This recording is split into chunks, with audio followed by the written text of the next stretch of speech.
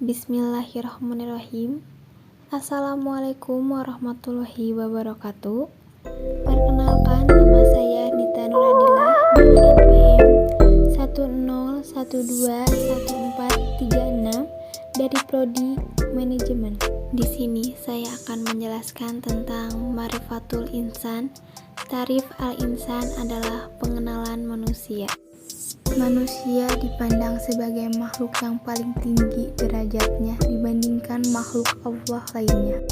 Manusia diciptakan oleh Allah dari dua unsur, yaitu ruh dan tanah. Unsur di dalam manusia ada tiga. Satu, qalbi, hati. Kita dapat membedakan yang hak dan yang batil, yang baik dan yang buruk. Yang kedua, aklu, akal. Dengan akal kita dapat memahami ayat-ayat Allah, dan jika dipakai dengan baik dan benar maka keimanan kita akan meningkat. Ketiga, jasad. Unsur yang paling penting dalam diri kita, karena tanpa jasad, tekad dan pengetahuan hanya akan menjadi impian dan teori yang kosong. Tugas diciptakannya manusia yaitu untuk beribadah dan menjadi khalifah. Hakikatul insan, hakikat manusia. Sebagai seorang manusia, maka kita harus bisa memahami hakikat dari diri dan kehidupan kita sebagai manusia. At-taqwa insan, potensi manusia. Hakikat manusia, anugerah Allah berikan. Karena Allah telah menciptakan manusia dengan bentuk yang sangat sempurna dengan kemampuannya. Maka dari itu, Allah memberikan manusia dengan satu potensi yang ada di dalam dirinya. Al-Mas'uliyah, tanggung jawab. Jika Allah memberikan tanggung jawab kepada manusia, maka ada manusia yang menjalankan dengan amanah dan ada juga yang menjalankan dengan khianat. 3 potensi manusia. 1. Potensi pendengaran untuk dapat mendengarkan ajaran-ajaran agama Allah yang disampaikan kepada Rasul-Rasul Allah. Yang kedua, potensi penglihatan. Dianugerahinya mata adalah untuk dapat melihat, memandang, dan memperhatikan kejadian yang telah terjadi di alam semesta ini. Yang ketiga, potensi hati. Hati menurut Imam Al-Ghazali adalah raja yang mewakili semua kegiatan yang berlaku untuk roh, nafsu, dan akal.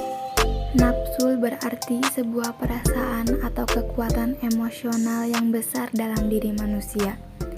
Nafsu terbagi 3. 1. Nafsul mutmainnah, jiwa yang telah mendapatkan ketenangan, telah sanggup untuk menerima cahaya kebenaran Sang Ilahi. Jiwa yang telah mampu menolak kenikmatan kemewahan dunia dan tidak bisa dipengaruhi oleh hal. Yang kedua, nafsul lawwamah, itu menyesali diri. Dalam sifat ini, manusia diwajarkan ketika merasa menyesal atas diri sendiri dan kecenderungan mencela dirinya. Yang ketiga, nafsul ammaratu bisu, merupakan nafsu yang sangat berbahaya apabila melekat dalam diri manusia, sebab ia sudah mengarahkan manusia kepada perbuatan dan perilaku yang dilarang agama. Manusia diciptakan akal fitrah berada di atas fitrah. Maksudnya adalah diciptakannya oleh Allah Ta'ala berada dalam kecenderungan kepada kebenaran dan patuh kepadanya. Sebagaimana disebutkan dalam surah Ar-Rum ayat 30. Bodoh. Manusia diciptakan Allah Ta'ala dalam keadaan jahil. Terdapat dalam surah Al-Ahzab ayat 72. Fakir terdapat dalam surah Fatir ayat 15. Artinya, wahai manusia, kamulah yang memerlukan Allah dan Dialah yang Maha Kaya, tidak memerlukan sesuatu, Maha terpuji. Manusia adalah satu-satunya makhluk Allah yang dimuliakan. 1. Manusia ditiupkan ruhnya. Yang kedua, diberikan keistimewaan berupa akal pikiran. Yang ketiga, ditundukkannya alam semesta untuk manusia. Balasan pertanggungjawaban. Setiap pilihan yang diambil memiliki konsekuensi atau balasan. Jika ia beriman, surga balasannya. dalam surah Al-Sajdah ayat 19, artinya, adapun orang-orang yang beriman dan mengerjakan kebajikan, maka mereka akan mendapatkan surga-surga tempat kediaman sebagai pahala atas apa yang telah mereka kerjakan.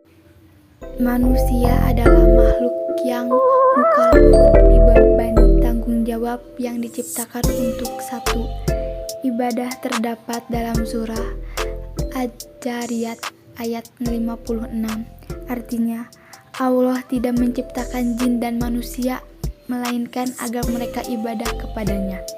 Yang kedua, khalifah, yang terdapat dalam surat Al-Baqarah ayat 30. Sekian pembahasan tentang Ma'rifatul Insan. Maaf apabila ada kesalahan. Wassalamualaikum warahmatullahi wabarakatuh.